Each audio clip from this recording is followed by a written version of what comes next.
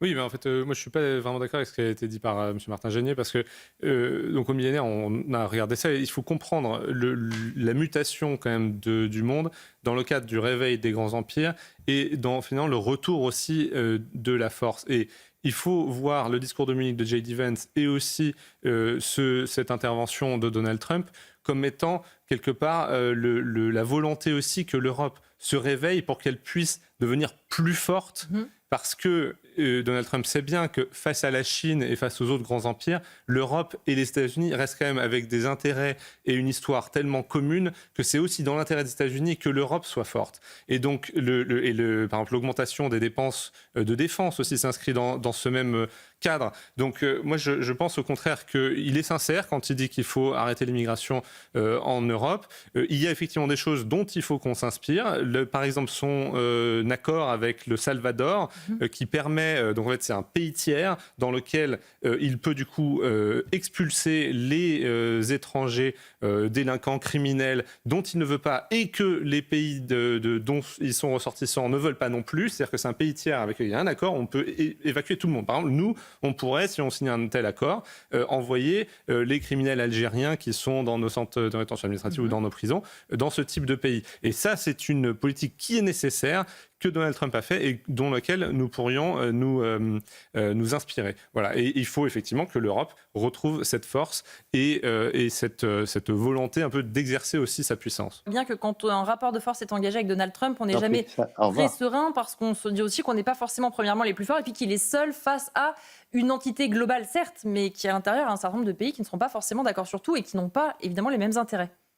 Oui, alors ils n'ont pas les mêmes intérêts, par exemple, sur des accords commerciaux comme avec le Mercosur, mais face à Donald Trump et face à des droits de douane qui toucheraient tout le monde, si. Et c'est là où Donald Trump est aussi intelligent, c'est qu'il y a en fait des exceptions et pas parmi potentiellement dans cet accord. Donc voilà, par exemple, il n'y aurait pas de droits de douane sur les spiritueux, mais il y en aurait quand même sur le vin. L'acier et l'aluminium, c'est séparé. Or, voilà, donc ça ne touche que les pays producteurs d'acier et d'aluminium.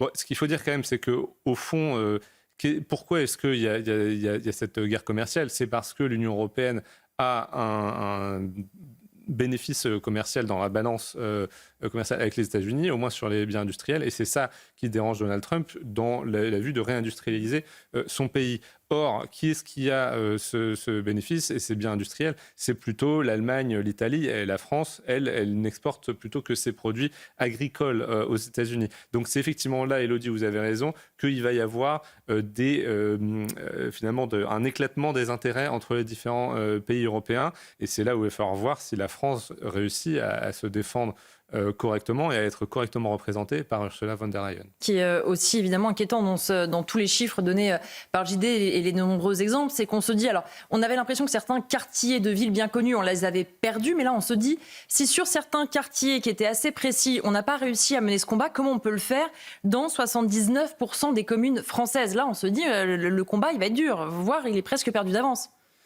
Non, alors, je ne pense pas qu'il soit perdu d'avance. Il y a quand même des choses qu'on va faire. Mais pour ça, il faut vraiment changer effectivement de logiciel complètement. Parce que là, tout ce qu'on a décrit, c'est précisément le fait qu'il y a un décalage complet entre quelque part les incentivisations pour ces jeunes.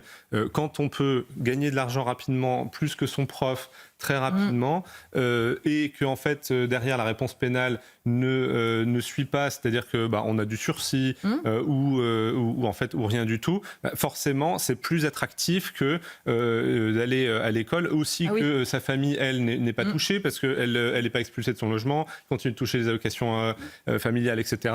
Et que de l'autre côté, aller au collège, faire ses devoirs, etc. C'est sûr que c'est beaucoup moins attirant.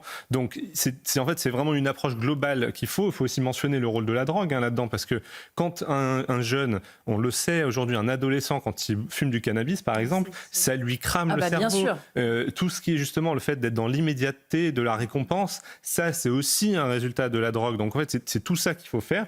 Il faut prendre ces jeunes, les mettre en centre éducatif fermé pour les éloigner de ce milieu. Et donc voilà, mais juste pour revenir sur le fait que ce soit omniprésent maintenant.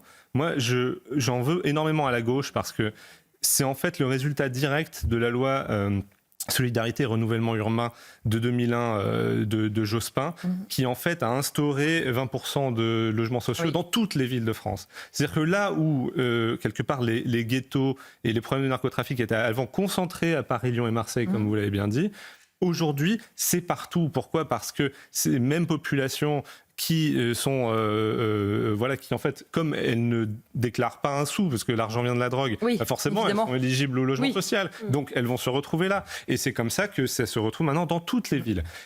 Et le dernier point, c'est que depuis 2005, il y a eu un vrai changement de modus operandi. On le voit bien, on l'a étudié au millénaire. Aujourd'hui, c'est beaucoup plus organisé.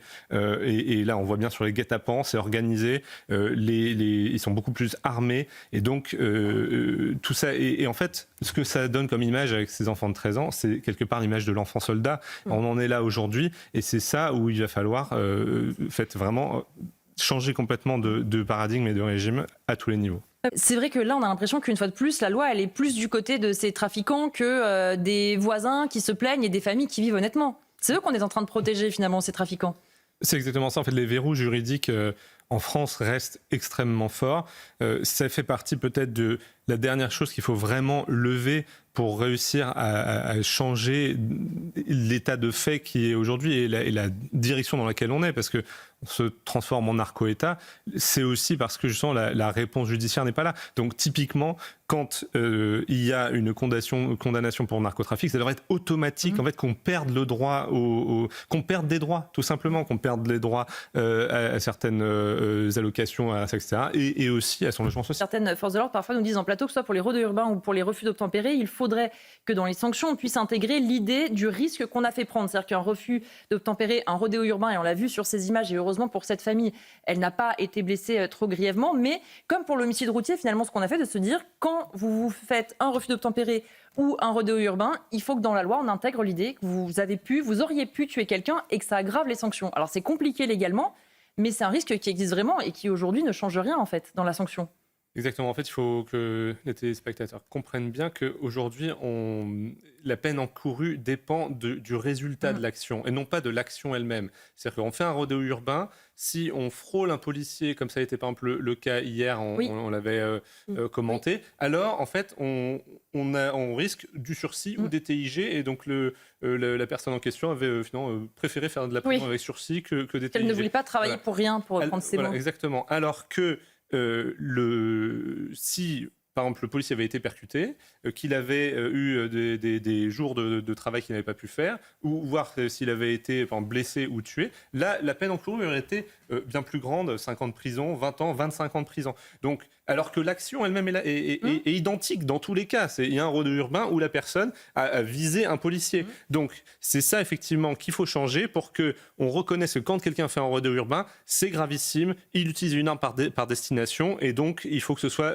jugé comme tel. Mais pour revenir aussi sur ce que disait Magali, il faut aussi changer en fait la doctrine policière, et notamment quand c'est un deux roues, il faut que les policiers puissent aller au contact pour mettre fin au rodéo urbain, justement pour éviter les drames futurs. Et quand il s'agit d'une voiture comme ici, il faudrait qu'ils puissent ouvrir le feu, tout simplement. Il y a un moment, il faut arrêter que les gens puissent faire des refus d'obtempérer et s'enfuir avec succès. Voilà. Vous vouliez rajouter quelque chose, Magali ? Il n'y avait pas eu le test justement du tampon là, par les forces de l'ordre de la voiture, justement pour éviter les... Il y a quelques semaines. Ça a été mis en débat parce que ça marche très bien au Royaume-Uni notamment. Et donc effectivement, c'est quelque chose qu'on peut... Voilà, il faut former les policiers pour le faire, mais c'est quelque chose qu'il faudrait mettre en place, c'est clair. Exactement, le droit d'asile ne relève pas du ministre de l'Intérieur. En fait, tout ce que ces chiffres démontrent, c'est que sur tout ce qui relève du champ réglementaire, c'est-à-dire là où Bruno Retailleau peut agir sans changer la loi ou sans changer le droit, il arrive à avoir des résultats. Et tous les sujets où ça ne relève pas du réglementaire, donc il ne peut pas le faire par des circulaires, par des directives, etc., à ce moment-là, c'est hors de son contrôle, et donc c'est hors de contrôle. Voilà, vraiment, ça c'est le point. Et donc... Mais bon, plus généralement, en fait, si on regarde la politique migratoire de la France, nous, au millénaire, quand on a travaillé sur le sujet, c'est quoi ? En fait, on s'est rendu compte que c'est d'exporter des bacs plus 5 et d'importer des bacs moins 7. Et donc, là, on parle des chiffres vraiment en brut, mais l'information qui manque complètement, à mon sens, c'est de quoi est constituée cette immigration. De quelle immigration on parle? Si l'immigration familiale, par exemple, c'était que des gens qui ont des doctorats, qui sont médecins, qui sont avocats, qui sont je ne sais quoi, exactement, des ingénieurs, des scientifiques, très bien. Mais là, le problème, c'est que c'est pas le cas. Donc, en fait, quand on détaille ces chiffres, plutôt que de dire ah c'est bien ça baisse ou ah c'est bien ou c'est pas bien ça monte, en fait, il faudrait avoir le détail sur le niveau d'éducation, de revenus. Est-ce que ce sont des actifs? Est-ce qu'ils travaillent? Est-ce qu'ils contribuent à notre système? Parce qu'aujourd'hui, c'est pas du tout le cas. Et c'est ça finalement le plus gros problème, c'est qu'on exporte des bac+5, on importe des bac-7. En 10 secondes, vous voulez rajouter quelque chose, Florian? Oui, mais là où il n'a pas le contrôle, c'est le meilleur exemple, c'est la décision unilatérale de la Cour du droit d'asile sur le fait que tous les Gazaouis soient éligibles au droit d'asile en France. C'est typiquement le genre de choses sur lequel Bruno Retailleau n'a pas de contrôle et sur lequel il va falloir définitivement trancher très bientôt. Il n'aurait jamais envisagé, ne serait-ce que de parler d'une mauvaise manière à son soignant qui vient chez soi. Aujourd'hui, même c'est pire, parfois on lui tend des guet-apens. Oui, c'est ça, et c'est d'autant plus grave que toutes ces personnes en fait, sont là au service des citoyens.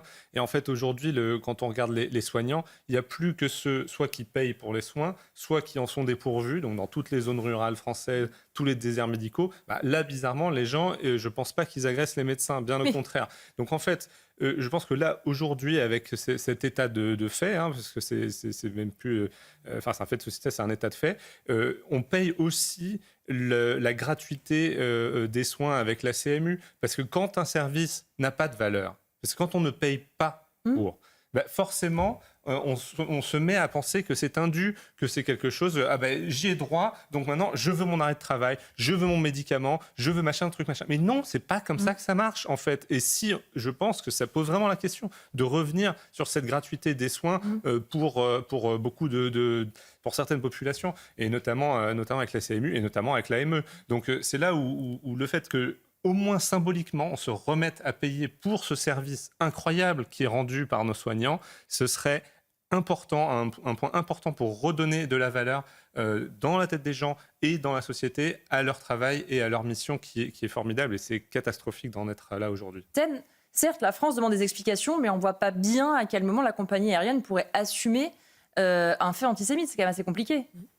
Oui, alors ça va être compliqué pour elle de l'assumer, mais la question, c'est pas est-ce que c'est compliqué qu'elle l'assume, c'est est-ce que c'est vraiment ce qui s'est passé. Et c'est vrai que quand on regarde tous les témoignages, ça paraît assez clair que effectivement, ils ne se sont pas cachés d'être juifs, de confession juive, et que c'est ça qui a pu conduire effectivement à leur éviction. Et quand on voit les images là, c'est aussi la violence avec laquelle ils ont été sortis de cet avion et tout qui choque.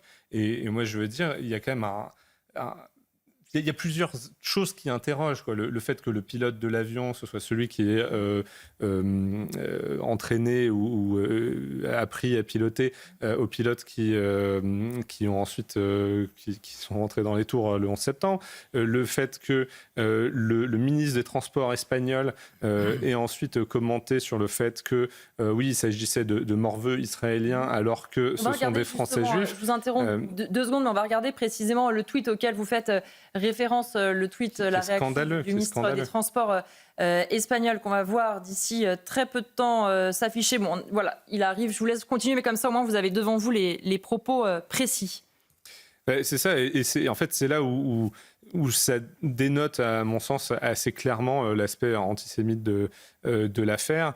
Et donc, parce que quand même pour sortir des gens d'un avion, il faut qu'ils aient vraiment...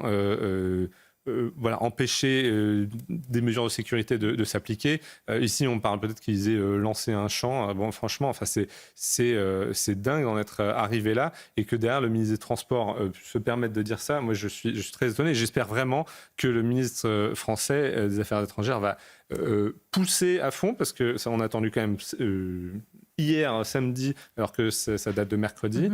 Donc, que la France ne laisse pas passer ça, parce que le signal donné aussi est catastrophique.